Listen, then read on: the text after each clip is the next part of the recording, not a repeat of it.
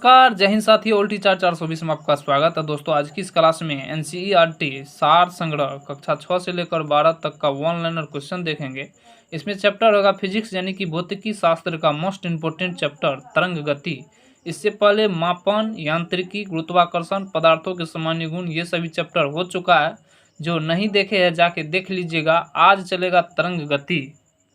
जैसा कि आप लोग को पता ही होगा कि कंपटीशन एग्जाम यानी कि किसी भी एग्जाम के लिए एनसीईआरटी सार संग्रह बुक बहुत ही इम्पोर्टेंट चैप्टर होता है, और जो इस बुक से परिचित होंगे वो खुद जानते होंगे। तो चलिए वीडियो की शुरुआत करते हैं। रात्रि दृष्टि उपकरण में प्रयोग की जाने वाले तरंग कौन सी है? तो अवरक्त तरंगे।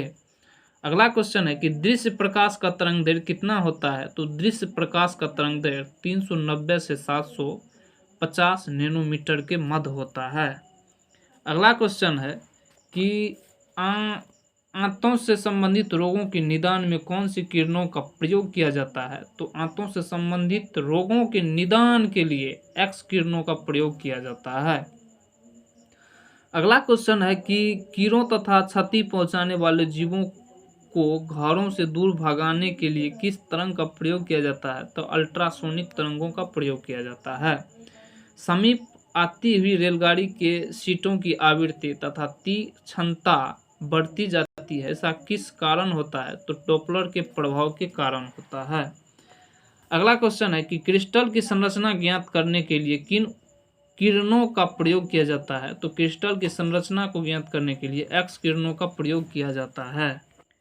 चलिए अब देखते हैं अनुप्रस्थ तरंगों के उदाहरण और अनुदैर्घ्य तरंगों के उदाहरण। इधर अनुप्रस्थ तरंग के उदाहरण है, इधर अनुदैर्घ्य तरंग के उदाहरण है। तो अनुप्रस्थ तरंग के अंतर्गत प्रकाश तरंगे आती है, भूकंपीय तरंगों में एस तरंगे आती है, डोरी युक्त यंत्रों में उत्पन्न तरंगे जैसे सितार, गिटार, वीणा, ये सभी में डोरी युक्त यंत्र उपस्थित होते हैं। ये सभी अनुप्रस्थ तरंग है। स्थिर जल में पत्थर फेंकने पर उत्पन्न जो तरंग उत्पन्न होती है, यानी कि जब कोई जल स्थिर है उसमें पत्थर फेंकेगा तो उसमें तरंग जैसा उत्पन्न होता है, वह अनुप्रस्थ तरंग है। अगला है अनुदैर्घ्य तरंग। अनुदैर्घ्य तरंग के उदाहरण में ध्वनि तरंग अनुदैर्घ्य तरंग है, भूकंपीय तरंगों में पी तरंगे अनुदैर्घ्य तरंग है, सर्पिलाकार स्प्रिंग में उत्पन्न तरंगे अनुदैर्घ्य तरंगे है, अल्ट्रासोनिक तरंगे अनुदैर्घ्य तरंग है। अगला क्वेश्चन है कि एक रडार शत्रु के वायुयान की उपस्थिति का पता लगाने में कौन सी किरणों का प्रयोग किया जाता है? तो रेडियो तरंगों का प्रयोग किया जाता है। अगला है पराबैंगनी विकिरण, एक्स किरणें, सूक्ष्म किरणें और गामा किरणों को तरंग दैर्घ्य के आरोही क्रम क्या है? यानी कि आरोही क्रम में सबसे पहले गामा किरणें हो जाएगा, उसके बाद एक्स किरणें हो जाएगा, उसके बाद पराबैंगनी किरणें हो जाएगा और सबसे लास्ट में सूक्ष्म किरणें हो जाएगा। चलिए अब देखते हैं प्रमुख विद्युत चुंबकीय तरंग को। प्रमुख विद्युत चुंबकीय तरंग में सबसे पहले गामा किरण, इधर विद्युत चुंबकीय तरंग, इधर खोजकर्ता तरंग की परास हो जाएगा, इधर आवृत्ति परास और इसका उपयोग। सबसे पहले गामा किरण की बात करें तो गामा किरण की खोज हेनरी बेकुरल ने किया था, और गामा किरण की तरंगदैर्घ्य परास की बात करें तो गामा किरण की तरंगदैर्घ्य परास 10⁻⁻14 मीटर से 10⁻⁻10 मीटर के बीच होता है।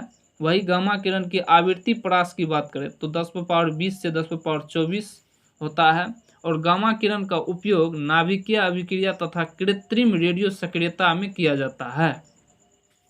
अगला है एक्स किरणें। एक्स किरणें की बात करें तो एक्स किरण का खोज WC रोंटजन ने किया था, और एक्स किरण का तरंगदैर्घ्य परास की बात करें तो 10⁻10 मीटर से 10⁻8 मीटर के बीच होता है। और एक्स किरण का आवृत्ति परास की बात करें तो एक्स किरण का आवृत्ति परास 10⁻18 से 10⁻16 है, और एक्स किरण का उपयोग चिकित्सा एवं औद्योगिक क्षेत्र में किया जाता है। अगला है पराबैंगनी किरणें। पराबैंगनी किरणें की बात करें तो पराबैंगनी किरण का खोज जोहान रिटर ने किया था, और पराबैंगनी किरण की तरंगदैर्घ्य परास 10⁻8 मीटर से 10⁻6 मीटर तक होता है। वही पराबैंगनी किरण का आवृत्ति परास की बात करें तो 10⁻16 से 10⁻14 होता है। पराबैंगनी किरण का उपयोग की बात करें तो सिंकाई करने में, प्रकाश विद्युत प्रभाव उत्पन्न एवं जीवाणु को नष्ट करने में किया जाता है। अगला है दृश्य किरणें। दृश्य किरणें का खोज न्यूटन ने किया था और दृश्य किरणें का तरंग दैर्ध्य परास 3.9 गुना 10⁻⁻7 मीटर से 7.8 गुना 10⁻⁻7 मीटर के बीच होता है। वही आवृत्ति परास की बात करें तो 10⁻14 से 10⁻12 के बीच होती है और दृश्य किरणों का उपयोग इनकी उपस्थिति से वस्तुएं दिखाई देती है। अगला है अवरक्त किरणें। अवरक्त किरणें की बात करें तो अवरक्त किरणें की खोज विलियम हर्शेल ने किया था और अवरक्त किरण का तरंगदैर्घ्य परास 7.8 गुना 10⁻⁻7 से 10⁻⁻3 मीटर के बीच होता है। अवरक्त किरण की आवृत्ति परास की बात करें तो 10⁻12 से 10⁻10 के बीच होता है। वही अवरक्त किरण का उपयोग की बात करें तो फोटोग्राफी में, सिंकाई में एवं टीवी में रिमोट के कंट्रोल में किया जाता है अवरक्त किरणों का उपयोग। वही अगला है लघु रेडियो तरंगे। लघु रेडियो तरंगों का खोज हेनरिक हर्ट्ज ने किया था और लघु रेडियो तरंग के तरंगदैर्घ्य परास की बात करें तो 10⁻3 मीटर से 1 मीटर के बीच होती है और लघु रेडियो तरंग के आवृत्ति परास की बात करें तो 10⁻10 से 10⁻8 के बीच होती है और लघु रेडियो तरंग के उपयोग की बात करें तो रेडियो, टेलीविजन, रडार एवं टेलीफोन में किया जाता है।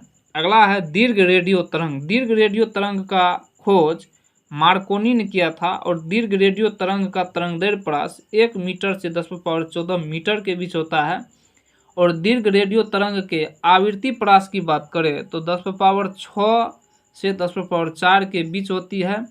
वही दीर्घ रेडियो तरंग का उपयोग की बात करें तो रेडियो एवं टेलीविजन के प्रसारण में किया जाता है। अगला क्वेश्चन है कि दीर्घ रेडियो तरंग वायुमंडल की किस परत में परिवर्तित होती है तो आयन मंडल में। अगला है कुलिज नलिका यानी कि ट्यूब का प्रयोग कौन सी किरणों उत्पन्न करने के लिए किया जाता है तो एक्स किरणों को उत्पन्न करने के लिए कुलिज नलिका या ट्यूब का प्रयोग किया जाता है। अगला है कोबाल्ट 60 समानता विकिरण चिकित्सा में क्यों प्रयुक्त होता है तो गामा किरणों के उत्सर्जन के कारण। अगला है बंद चूल्हे ओवन में किसका प्रयोग होता है तो बंद चूल्हे या ओवन में सूक्ष्म तरंगों माइक्रोवेव का प्रयोग किया जाता है। सुदूर संवेदी युक्त नियंत्रण में एक अंतर्निर्मित स्रोत होता है तो अवरक्त किरण का स्रोत होता है। दो उत्तरोत्तर श्रृंग अथवा दो उत्तरोत्तर गर्त के बीच की दूरी को क्या कहते हैं तो दो उत्तरोत्तर श्रृंग तथा दो उत्तरोत्तर गर्त के बीच की दूरी को तरंगदैर्घ्य कहा जाता है। अगला है समुद्र में डूबी वस्तुओं का पता लगाने के लिए प्रयुक्त किया जाने वाला उपकरण को सोनार कहा जाता है।